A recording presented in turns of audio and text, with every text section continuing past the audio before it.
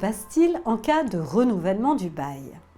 La Cour d'appel de Paris a jugé en 1998 que la clause de solidarité ne s'applique pas au bail renouvelé après la vente. L'année suivante, la Cour de cassation a confirmé le jugement car l'article 1214, alinéa 2 du Code civil, précise que tout contrat renouvelé est un nouveau contrat. Cette disposition s'applique également aux baux commerciaux.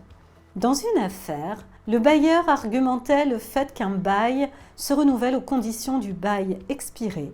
Les juges ont cassé cet argument. Que se passe-t-il en cas de prolongation tacite du bail?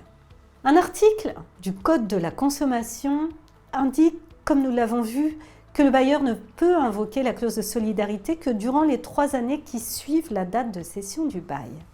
Le vendeur du bail est ainsi protégé en cas de tacite prorogation du bail. Effectivement, sans cette loi, le vendeur se serait trouvé obligé de garantir les loyers de son acheteur pour une durée indéterminée lorsque le bail serait tacitement prorogé.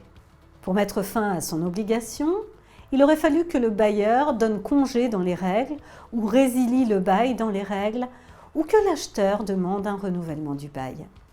Ce risque est toujours présent pour les baux commerciaux conclus avant le 20 juin 2014. Apportons une précision sur cet item. Auparavant, la Cour de cassation à plusieurs reprises, ainsi que la Cour d'appel de Paris et la Cour d'appel de Versailles, avaient apporté des jugements en ce sens. Les juges avaient considéré que lorsque le contrat ne présente aucune stipulation qui limite la durée de la clause de garantie solidaire à la durée contractuelle du bail ou en l'absence de congé, le vendeur reste tenu à garantir les loyers de l'acheteur jusqu'à l'expiration d'un bail, même si celui-ci a été tacitement prolongé. N'oublie pas de t'abonner à notre chaîne pour ne manquer aucune de nos prochaines vidéos. Et surtout, pense à liker si le contenu te plaît. L'étendue de la garantie solidaire du cédant. La clause de garantie solidaire du vendeur d'un bail peut se limiter au loyer. C'est ce qu'a conclu la Cour de cassation en 1995 à la lecture de cet engagement qui se limitait au paiement des loyers éventuellement dus par l'acheteur du bail. Dans cette affaire, le bailleur avait tenté d'appliquer le montant des réparations locatives à cette garantie de solidarité. Les juges le lui ont refusé. Dans une affaire similaire, en 2009, la Cour de cassation n'avait pas trouvé de mention qui stipulait que la clause de solidarité du vendeur du bail s'étendait à l'indemnité d'occupation due par l'acheteur du bail après la résiliation du contrat.